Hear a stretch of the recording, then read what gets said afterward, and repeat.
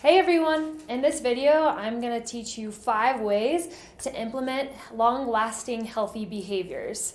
Make sure to like and subscribe so you don't miss any future videos.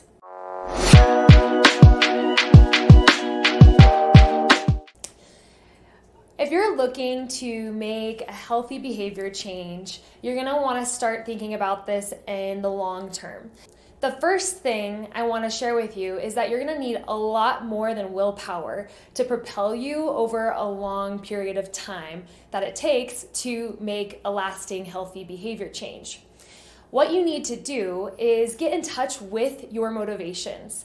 And there's a lot of different ways to do this, but for the sake of this video, I'm going to give you one tool to start practicing to see how it works for you.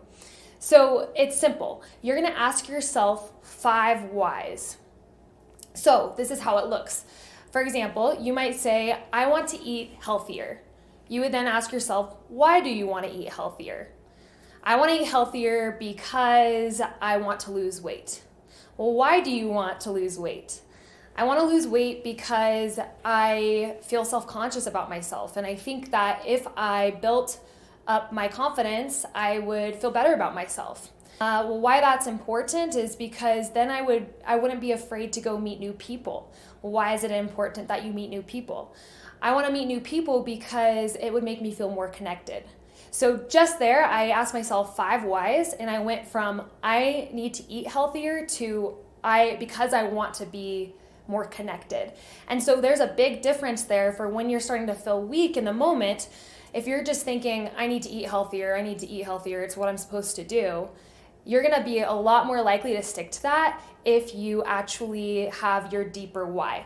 So like I said, there's a lot of different ways to do this. This is actually a really good reason to work with a health and wellness coach because they're going to be able to help you really navigate this and get down to it. So try that out, see how that works. Number 2. The second thing that you need to do is identify your stressors and your triggers. At the root of so many of our unhealthy behaviors is stress. For example, unhealthy eating, smoking, drinking, or even being sedentary. All of these things come down to our response to stress. And so what you can start to do is start to notice what is triggering you, what is causing you stress, and are you then grabbing for one of those unhealthy behaviors? By noticing your patterns, you'll start to be able to proactively have a plan B. And this is where it's really important for you to start building your stress toolkit.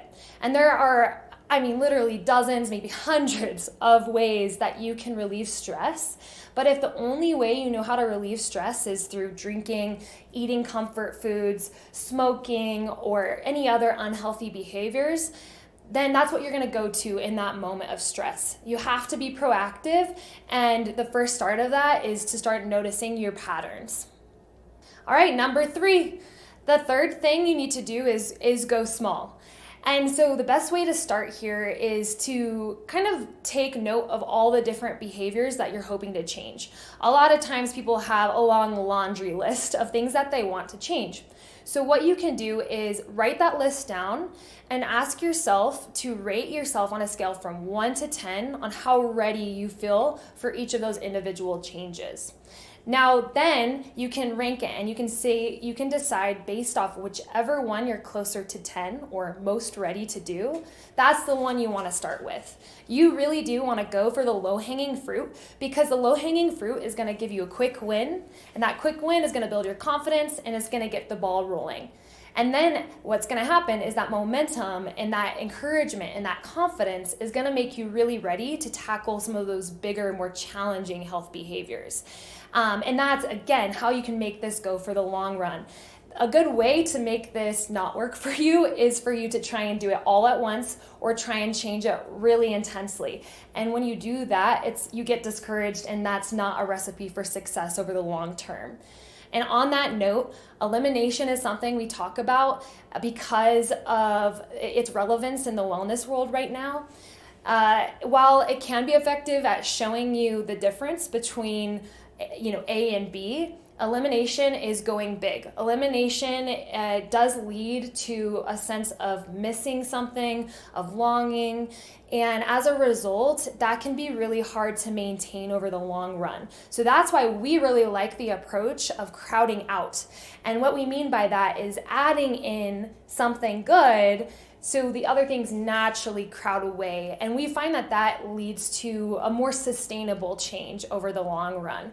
So start small and help yourself win, and you're gonna see these behaviors start to unfold, and you're gonna start to see the benefits you want over the long term. All right, number 4, this one is huge. You have to get real. You have to get real about the fact that if you're trying to change your habits for the long term, that you're going to have setbacks and you're going to have failures. And that's just a normal part of life. It's called life happens. And what we can do is be real about the behavior change process. Instead of us thinking it's going from A to B, we can start thinking of it as a cycle or as an ebb and flow through life. There are going to be times when you go on vacation. There are going to be times when you have really busy times in life. There may be times of holidays or even just loss in your family or celebration even. All of these things are changes to your routine, and changes to your routine can create disruption that will then either lead to a failure or an opportunity to learn and adapt. And so what I mean by that is that when these things come up, instead of looking at a failure as a failure or a setback as a failure, you can instead look at it as a learning opportunity. And that's going to help you succeed the next time around. But if we start to know and realize that this is a totally normal thing to kind of get set back, to not do it perfectly every single day, then we start to lose the blame and the guilt. And seriously, y'all, you got to get rid of blame and guilt. It has no room to be here during the long-term health behavior game, okay? We have to be kind to ourselves. So blame and guilt, no room for them to be there, and a great way to get rid of that is just to realize that it's super normal to have setbacks.